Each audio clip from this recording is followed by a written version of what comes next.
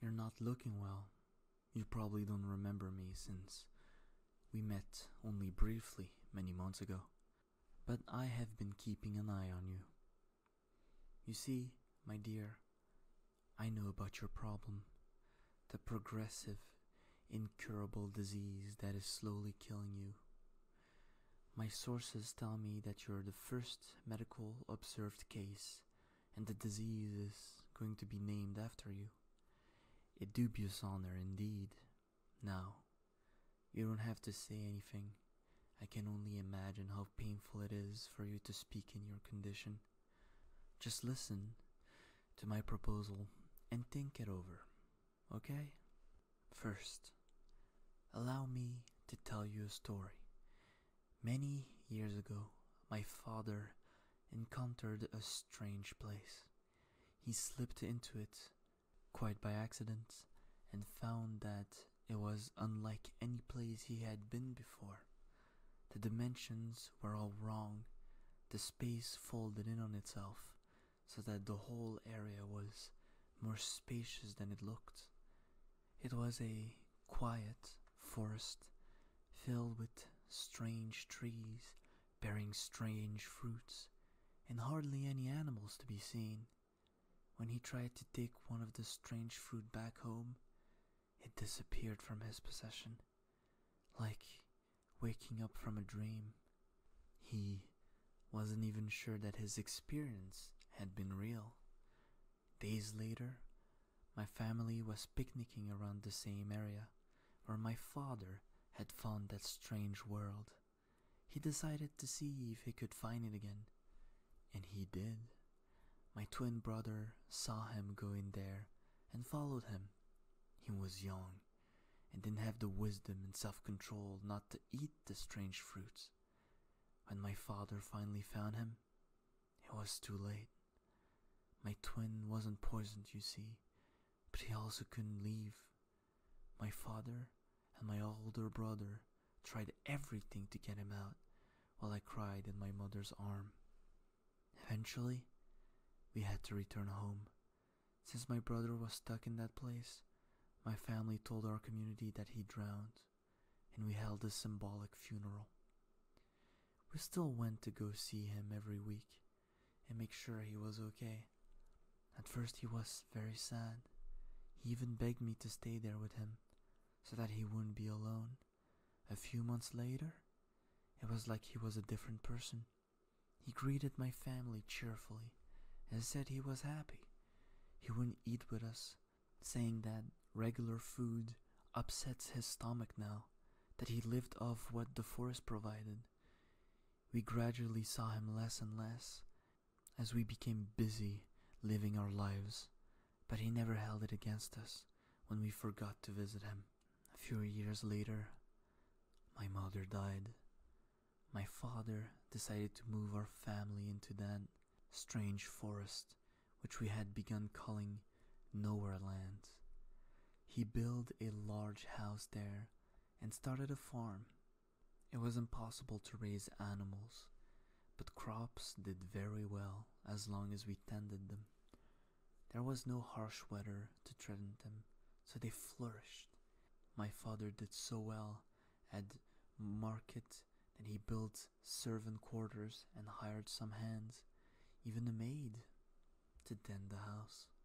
To this day, my sibling and I still prosper off that farm without having to do any proper labor anymore.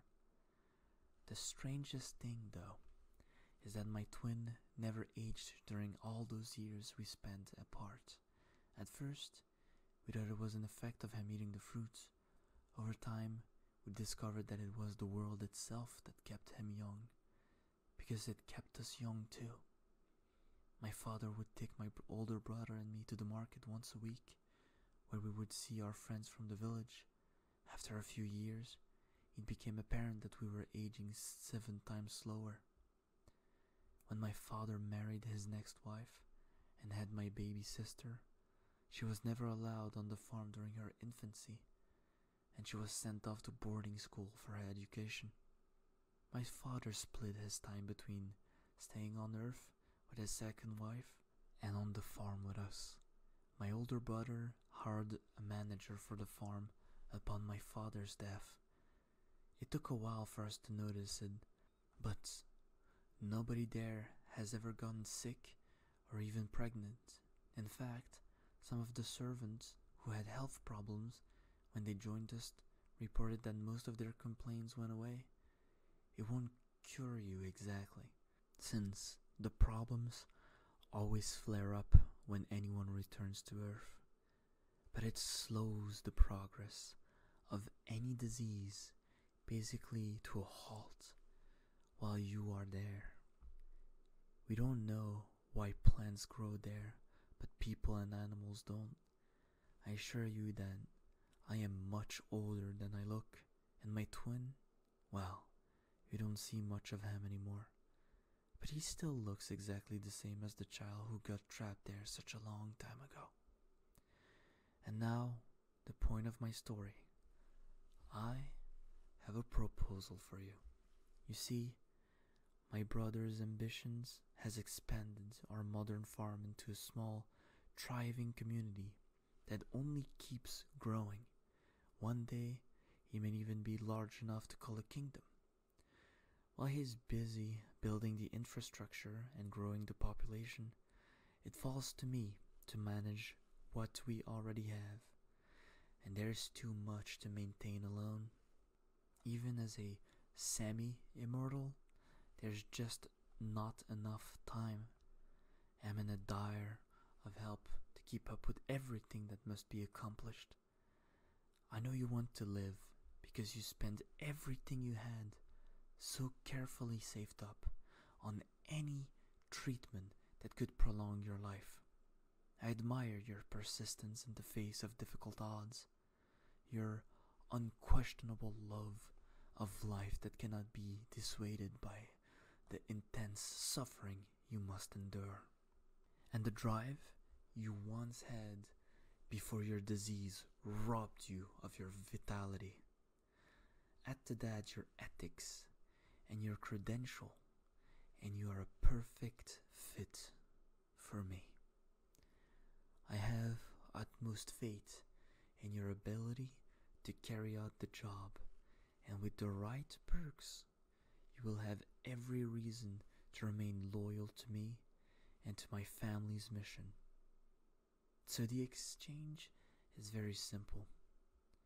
You would come work for me as my personal assistant, which will involve a lot of power and responsibility, maintaining my schedule, overseeing my preparation, sometimes even running things on my behalf. Eventually, you will need your own assistants, whom you will choose yourself. All of your physical needs will be taken care of course. We have an excellent kitchen staff that prepares a full menu for every meal. You would have a private bedroom and an office in my personal wing of the house. Your clothes will be provided and custom tailored to your taste. You will have an allowance to spend at your discretion. And if you ever need anything, you can always come to me or one of the house servants with your request. Because of your condition, this would be a lifetime commitment for you. So I want you to consider your situation fully before you agree. Rest assured that should you choose to accept, I will do everything in my power to make your journey comfortable. Now, I have probably taken enough of your time. I can see that you need some rest. In 2 weeks, I will send one of my servants to receive your answer. He will mention my name, Angelo Adamson. Remember me, and consider my offer, and perhaps I will see you soon. You have a lovely night, my dear.